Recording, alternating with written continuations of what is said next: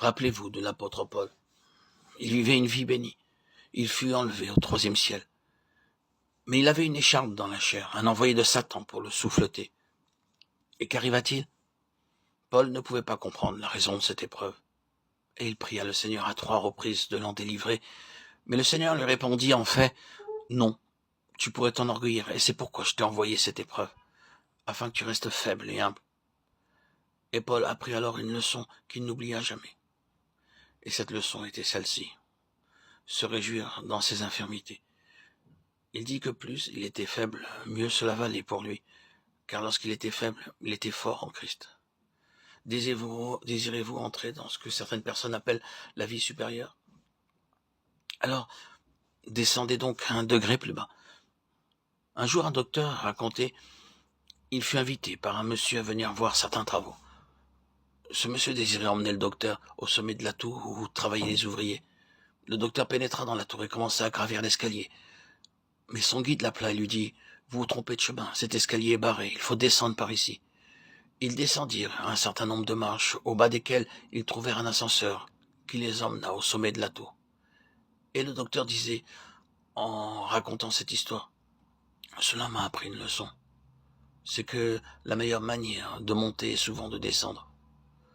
Ah, certes, Dieu aurait à nous amener très bas. Nous aurons éprouvé une sensation de vide, de néant et de désespoir. C'est quand nous sombrerons dans l'impatience que l'Éternel Dieu nous révélera lui-même son pouvoir, et que nos cœurs apprendront à se confier en Dieu seul. Qu'est-ce qui nous empêche de nous confier en lui parfaitement? Beaucoup disent, je crois ce que vous dites, mais il y a une difficulté.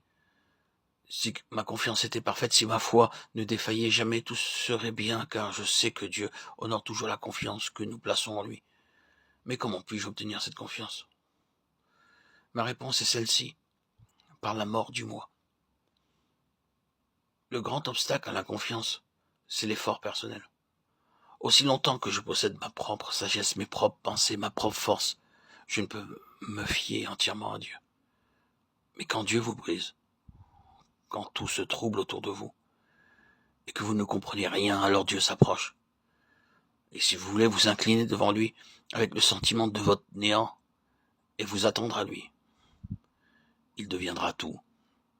Aussi longtemps que nous sommes quelque chose, Dieu ne peut pas être tout, et sa toute-puissance ne peut pas accomplir toute son œuvre. Voilà le commencement de la foi.